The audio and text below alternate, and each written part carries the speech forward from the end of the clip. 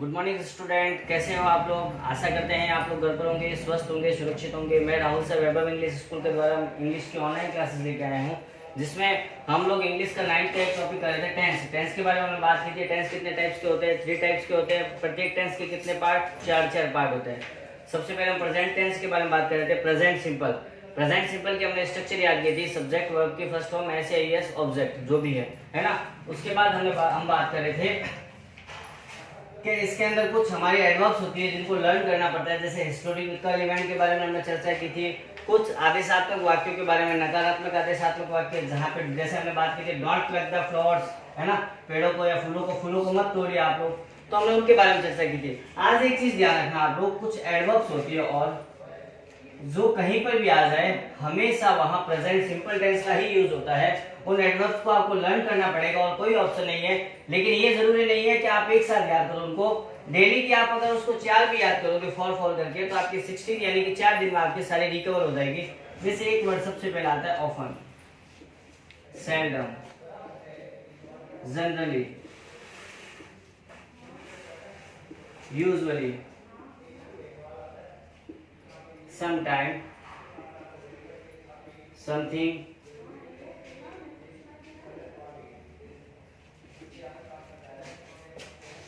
always,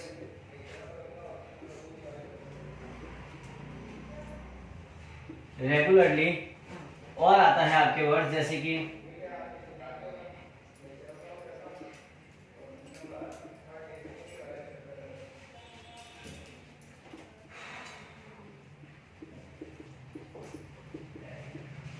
decided program for future. फिर आपके कुछ वर्ड्स आते हैं जिसमें on Monday, on Sunday,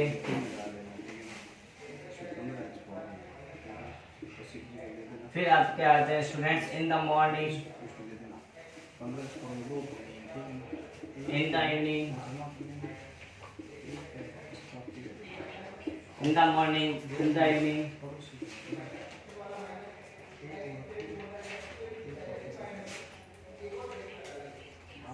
each day, every day, each night,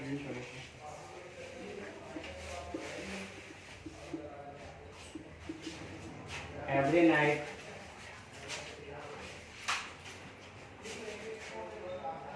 once, twice, thrice,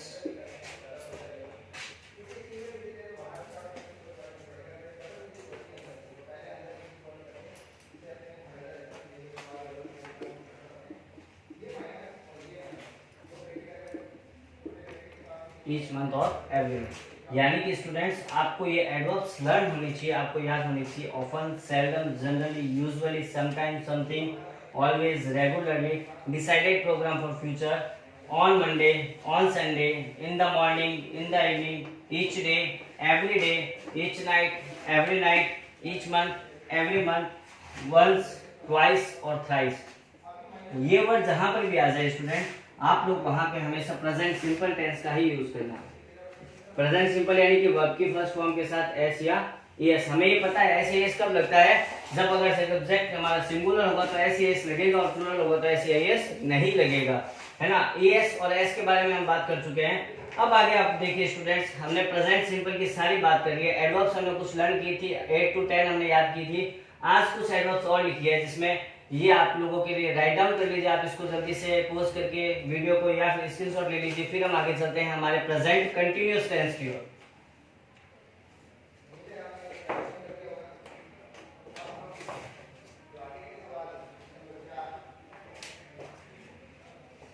हाँ तो स्टूडेंट्स, उम्मीद करता हूँ आप लोगों ने इसको जल्दी से राइट डाउन कर लिया होगा। आपको पहले भी बता चुका हूँ, अपनी फेयर कॉपी बनाई है, उसके अंदर इनको राइट डाउन कीजिए टेंसेस को। जहां प्रॉब्लम आए कमेंट बॉक्स में अपना कमेंट जरूर दें, ताकि जो आपकी प्रॉब्लम है उसको सॉल्व कर दिया जाए। सेकंड नंबर हम टेंस के बारे में बात करते हैं, प्रेजेंट कंटिन्यूअस टेंस।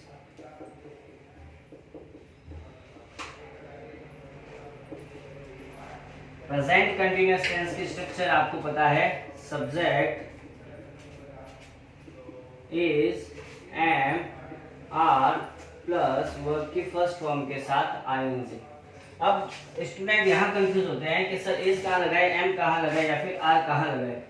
देखो use of is, use of is कहाँ होता है, जहां वेयर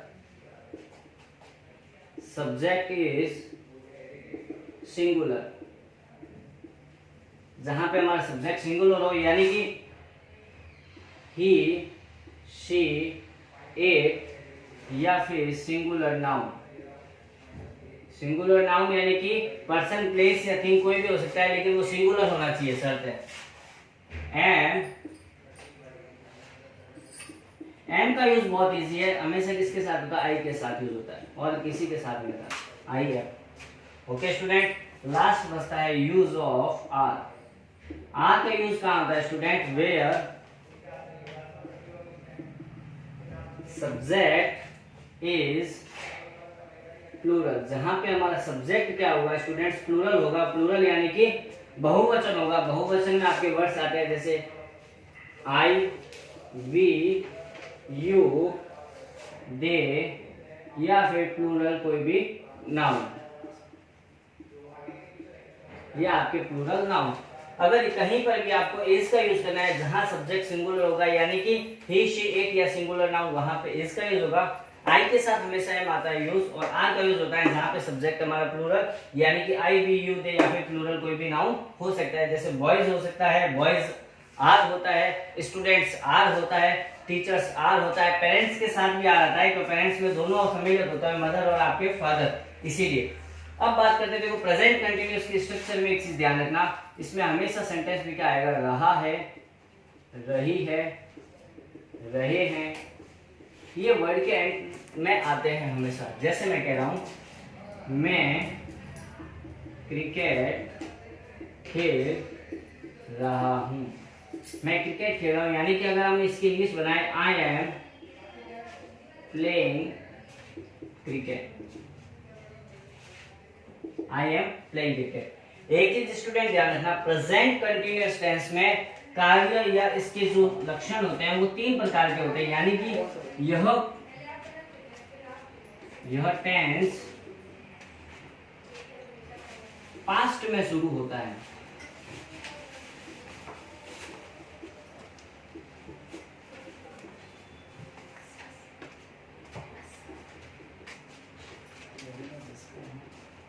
इस टेंस में कार्य पास्ट में शुरू होता है, यानी कि हमें ये पता नहीं होता पास्ट में शुरू कब हुआ है, लेकिन पास्ट में शुरू होता है। आई एम प्लेइंग क्रिकेट, मैं क्रिकेट खेल रहा हूँ, लेकिन पास्ट में कब से खेल रहा हूँ वो मैंने टाइम नहीं लिखा जाता है इसमें। अगर वो लिखा जाता है तो इसका मतलब वो प्रेजेंट कंटिन्यूअस टेंस नहीं है, वो प्रेजेंट परफेक्ट कंटिन्यूअस टेंस है। जैसे मैं बोलता हूँ I am playing cricket since morning, अगर जहां पे टाइम मैंने लिख दिया है कि मैं क्रिकेट खेल रहा हूँ आज सुबह की मॉर्निंग से, तो वहां पे फिर प्रेजेंट कंटिन्यूअस नहीं होगा, प्रेजेंट परफेक्ट कंटिन्यूअस हो जाता है। इसीलिए स्टूडेंट ध्यान रखना, यहाँ पे हमें टाइम पास्ट में शुरू होता है काम, लेकिन कब शुरू हुआ है वो हमें दिया हुआ नहीं होता। और इस टेंस में कार्य वर्तमान में जारी रहता है, वर्तमान में जारी रहता है, यानी कि पास्ट में शुरू करते हैं और प्रेजेंट में भी हमारे काम वो चलता रहता है। एक चीज लास्ट आती है कि फ्यूचर में भी वो काम कब तक चल रहा होगा हमें पता नहीं होता है। तो स्टूडेंट आप जल्दी से प्रेजेंट कंटीन्यूअस टेंस के स्ट्रक्चर को, इनके वर्ब्स को, हेल्पिंग वर्ब का यूज कहाँ, कौन सी हेल्पिंग वर्ब का यूज होता है, एक सेंटेंस, और एक चीज ये ध्यान रखना कि यह टेंस कब शुरू होता है, पास्ट में शुरू होता है, और वर्तमान में कब तक वर्तमान में चल रहा होता है, और फ्यूचर में कब एंड होता है वो भी हमें पता नहीं होता है, ध्यान रखना।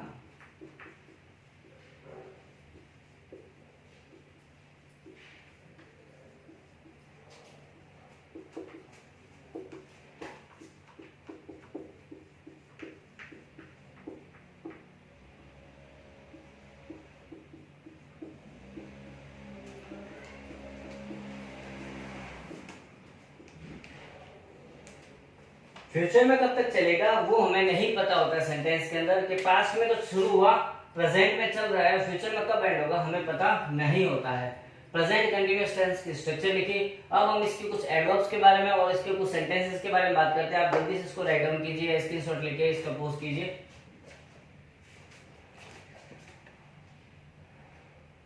हाँ तो स्टूडेंट्स, उम्मीद करते हैं आप लोगों ने इस स्ट्रक्चर को राइट डाउन कर लिया होगा अपनी कॉपी में।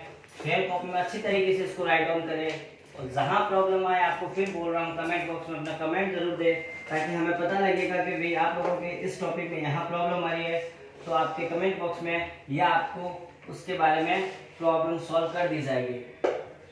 अब देखिए स्टूडेंट्स, एक चीज ध्यान रखना, इसकी स्ट्रक्चर क्या होती है प्रेजेंट कंटिन्यूअस टेंस की।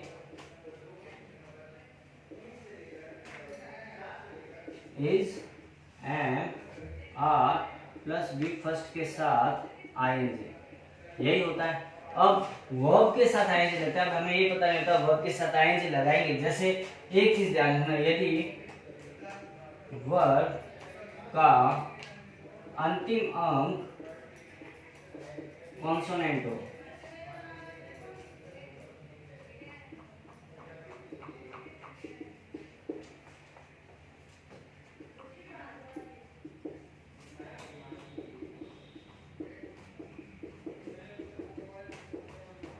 अगर वर्ब का अंतिम अंक क्या हो कॉन्सोनेंट, तो वर्ब के पीछे क्या लग जाता है, आईएनजी लग जाता है। जैसे हम एक बात करते हैं, ईट, ईट है तो ईट का क्या हो जाएगा आपके ईटिंग हो जाएगा, सिर्फ वर्ब के पीछे क्या लग जाता है, आईएनजी लग जाता है ना। ऐसे बहुत से सेंटेंस होते हैं जिसमें अगर जिसका लास्ट वर्ड क्या हो कॉन्सोनेंट हो, तो वहां पे क्या लग जाता है, लास्ट में सिर्फ आईएनजी ऐड हो जाता है। एक और, यदि वर्ब का अंतिम अक्षर या अंतिम अक्षर क्या हो, ई हो, तो ई को हटाकर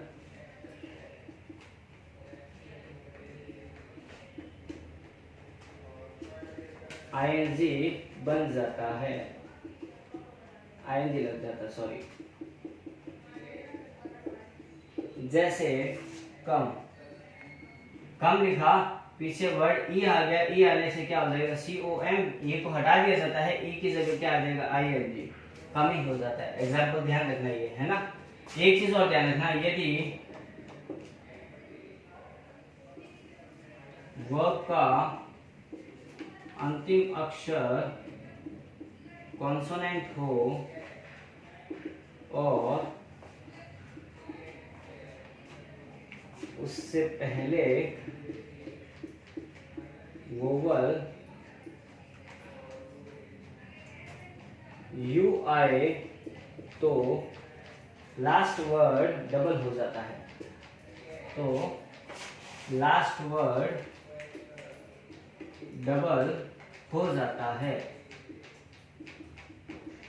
कैसे, जैसे हम एक बात करते हैं CUT, कट, कट में देखो लास्ट वर्ड क्या है, कॉन्सोनेंट है, और कॉन्सोनेंट से पहले क्या आ रहा है, यू आ रहा है। कॉन्सोनेंट से पहले अगर यू आए तो लास्ट वर्ड क्या हो जाता है, डबल हो जाता है, CUTTING, कटिंग। जैसे मैं पुट लिखता हूं तो ये क्या बन जाता है, PUTTING, पुटिंग बन जाता है। ध्यान रखना स्टूडेंट, यहाँ पे बहुत गलती होती है कि हम कहीं पे ING लगाते हैं लेकिन COME है, कम है वो, तो हम क्या करते हैं, COMEING कम ही लगा देते हैं, पीछे ING तो लगाना है नहीं। ध्यान रखना इस चीज को, है ना। आप जल्दी से इसको राइट डाउन कीजिए स्टूडेंट, उसके बाद हम चलते हैं हमारे अगले सेंटेंसेस की और इसके ऊपर।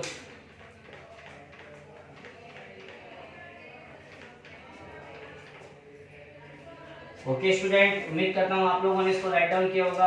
अब हम इसके कुछ सेंटेंसेस के बारे में बात करते हैं।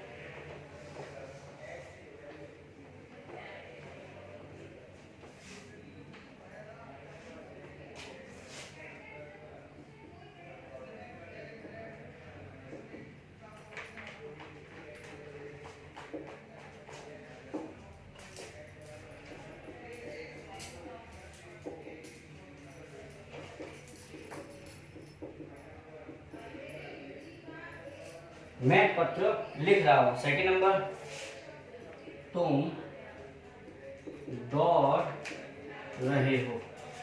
थर्ड सेंटेंस लिखते हैं, हम किताबें बेच रहे हैं। हम किताबें बेच रहे हैं। हम किताबें बेच रहे हैं। फोर्थ नंबर सेंटेंस है, वे टीवी देख रहे हैं।